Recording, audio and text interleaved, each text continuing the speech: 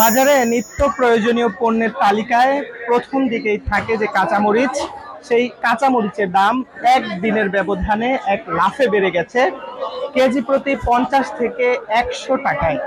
গতকাল যে কাঁচামরিচ বিক্রি হয়েছে 200 থেকে 220 টাকা দরে, সেই একই কাঁচামরিচ আজকে বিক্রি হচ্ছে 280 থেকে 300 টাকা দরে।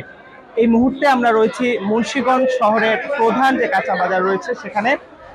আমরা এই কাঁচা বাজারের বিক্রেতাদের সাথে কথা বলেছি। তারা যেমনটা জানিয়েছেন যে কাঁচামরিচের জাত ভেদে 50 থেকে 80 টাকা, কোনো কোনো ক্ষেত্রে 100 টাকা দামও বৃদ্ধি পেয়েছে। এবং এই মাসের শুরুতে বাজারে কাঁচামরিচের দাম বৃদ্ধি পাওয়ায় এর প্রভাব পড়েছে সাধারণ ক্রেতাদের উপর।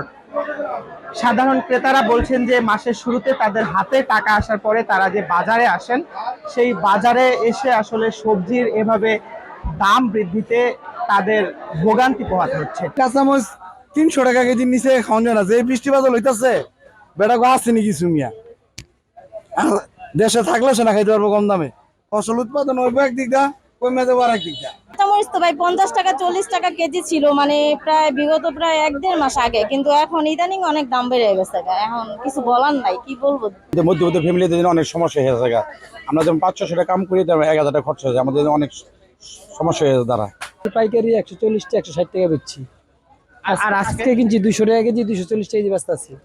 জাত ভেদে মুন্সিগঞ্জ শহরের এই প্রধান বাজারে কাঁচামরিচ সকাল থেকেই বিক্রি হচ্ছে 200 থেকে 280 টাকা, কোনো কোনো জায়গায় 300 টাকা কেজি দরে।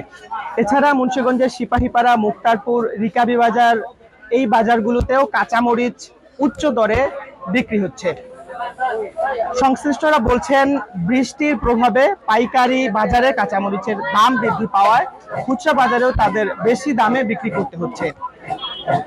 ক্রেতারা বলছেন 5 থেকে 6 কেজি মোটা চালের যে দাম, সেই 5 থেকে 6 কেজি চালের দামে মিলছে আসলে 1 কেজি কাঁচামরিচ। তারা বলছেন ভোক্তা অধিকার সহ সংশ্লিষ্ট যারা রয়েছেন তাদের তদারকি বাড়ানো গেলে নিয়ন্ত্রণে আসবে কাঁচামরিচের দাম। এই ছিল আমার কাছে মুন্সিগঞ্জ থেকে কাঁচামরিচের দরদামের সর্বশেষ।